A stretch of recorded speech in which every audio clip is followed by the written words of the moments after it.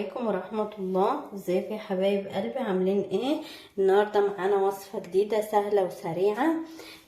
هنعمل يعني كوسة كده بالفيجيتار عشان ما بيحبهاش في طبيخ، او الاطفال لما بتكون ما بتحبهاش وهي مطبوخة.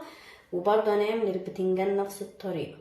ودلوقتي يلا هنبدأ مع بعض ونشوف هنعملها ازاي. اولا مبدئيا انا مجهزة الكوسة، متبلاها بملح وفلفل، يعني البهارات اللي انت بتحبيها، توم بودرة، بصل بودر، بابريكا. البتنجان بقى عاملاه بس بشوية ملح عشان ينزل المية اللي بتبقى موجودة فيه اللي بتخليه يشرب زيت. هو البتنجان ده معلش طلع معايا لما اشتريته فيه بذر يعني، بس انتي طبعا لو هو ما فيهوش بذر هيبقى احسن من ده بكتير، لان بيبقى فيه بذر ده برضو بيشرب زيت شويه. وهنبدأ مع بعض دلوقتي نشوف هنحضرها ازاي. اول حاجة هنجيب معانا كده طبق فاضي، هنحط فيه 5 معالق دقيق كبار اهوت.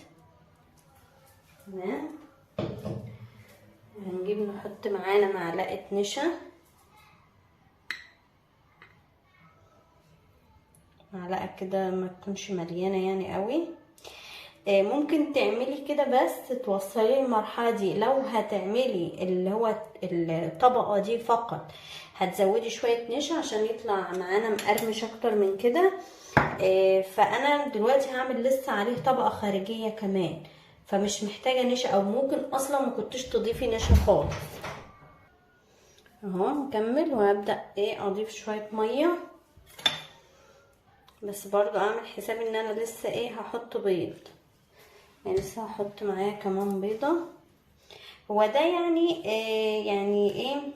شبيه اللي هو بيتقال عليه زي البيض الكداب كده، ان هو يعمل لنا الطبقة اللي هي بتبقى يعني بدل البيض، بدل ما نحط كذا بيضة فده هتبقى بيضة واحدة بس اهي.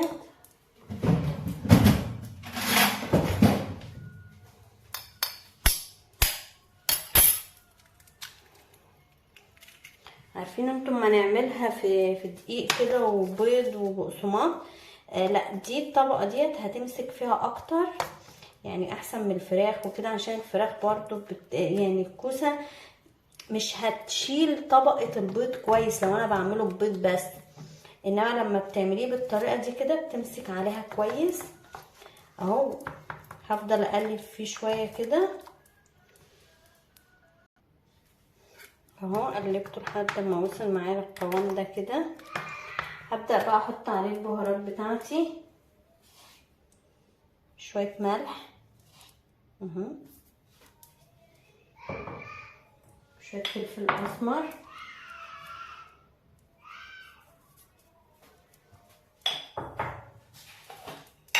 برضو نفس البهارات اللي انا حطيتها تقريبا على الكوسة.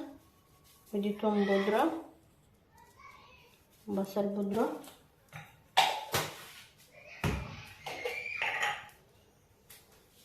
شوية بابريكا. اي بهارات انت تحبيها يعني عندك موجودة وانت تحبي تضيفيها على الاكل اهو، دي عشان تديله النكهة وطعم حلو كده اهو. شوف شكلها اهي، معلش الاضاءة زيادة شوية اهي. ده بقى شكلها اهو،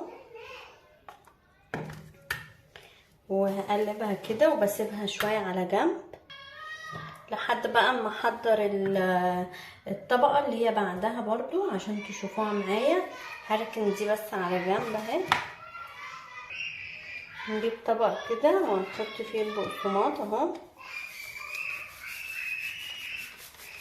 يكون بقسماط هيكون عليها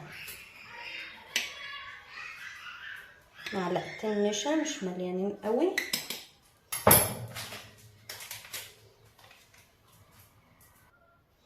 وشوية فيجيتار اللي هو بتاع كنور ده. عايزاه سبايسي حطي سبايسي، عايزاه يكون عادي عشان الاطفال فهاتي العادي. بس مش اكتر من كده. بس كده الخلطات معايا جاهزه، وانا هحطها هنا الاول، بعد كده هنزل بيها في الايه، في البقسماط اللي احنا حاطين عليه الفيجيتار والنشا بس. على فكره الخلطه دي ودي بتنفع للكوسه والبتنجان، سواء عامله كوسه او عامله بتنجان بتتعمل بنفس الطريقه دي. هبدا بقى اوريكم واحده واحده كده بنعملها ازاي. الحاجه بناخدها كده، ناخد الكوسه اهي، بصوا بقى كده ايه، شالت معايا شويه من الخلطه اللي احنا عاملينها دي اهي. باخدها بقى انزلها هنا واحطها كده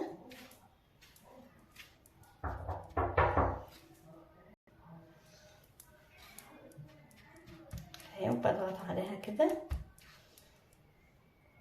بتكون معانا بالشكل ده. هبدأ اعمل واحدة تانية برضو عشان تشوفوها معايا. باجي كده على الكوسة نحطها هنا هي كده،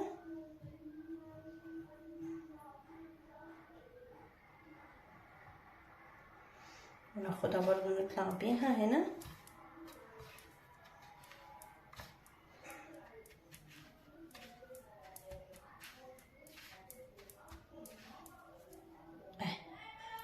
هي بيبقى ده شكلها كده. دي حاجة بقى تكون سريعة للأولاد، لو يكونوا ما بيحبوش الكوسة. أغلب الأطفال الصغيرين ما بتحبش الكوسة كده في طبيخ ولا حاجة، فممكن نعملهم بالطريقة دي ياكلوها ويحبوها جدا. والبتنجان برضو نفس الموضوع، سهلة وسريعة وما فيهاش أي حاجة صعبة.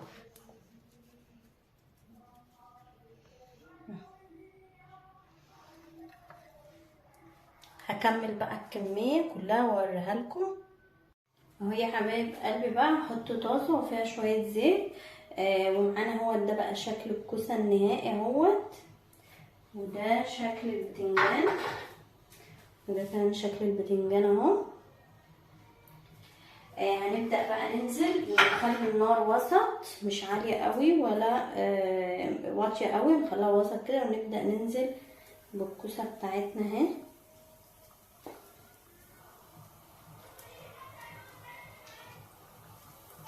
اهي كده. ليه بخلي النار وسط؟ عشان الكوسه ايه برضو ما تتحمرش من بره وخلاص، لا تاخد سوا كمان ايه من جوه، تستوي معايا من جوه، مش هاجي اكلها كده الاقيها مقرمشه، لا تبقى مستويه معايا من جوه. وبعد كده بعد شويه بقى ما بتستوي معايا بقلبها على الوش التاني، وبخلص كل الكميه اللي عندي بنفس الطريقه دي.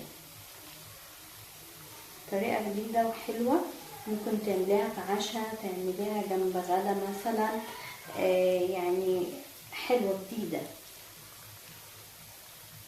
ولادك هيفرحوا بيها جدا.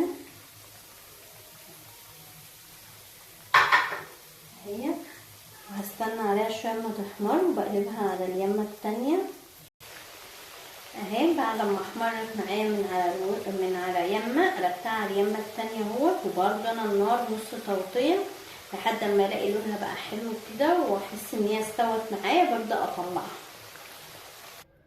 اهي يا حبايب قلبي. كده خلاص خلصت الكوسه وخلصت البتنجان. بتطلعيهم بقى تقدمهم كده باللون الحلو دوت. ممكن تقدمهم كده في عشاء او تعملي منهم سندوتشات، ممكن تقدمهم جنب غدا اللي انت تحبيه. بس ده اكل هيبقى ولادك لو ما بياكلوش كوسه او بتنجان هياكلوه. ممكن تحطي معاه مايونيز، كاتشب، اي حاجه هما برضو بيحبوها. وكده تبقى وصفتنا النهارده خلصت، سهله وبسيطه، ويا رب ان شاء الله تنال اعجابكم، وان شاء الله هتعجبكم لان هي حاجه جميله ومقرمشه. شوفي الصوت، سمع الصوت القرمشه اهو، مقرمشه من بره اهي، وطريه وجميله من جوه بتتبيلتنا بقى الحلوه اللي احنا عملناها. ان شاء الله تكون طعمها جميل، وعايزاكم تجربوها وتقولوا لي رايكم ايه. واستنوني ان شاء الله في فيديوهات تانية كتير. باي باي.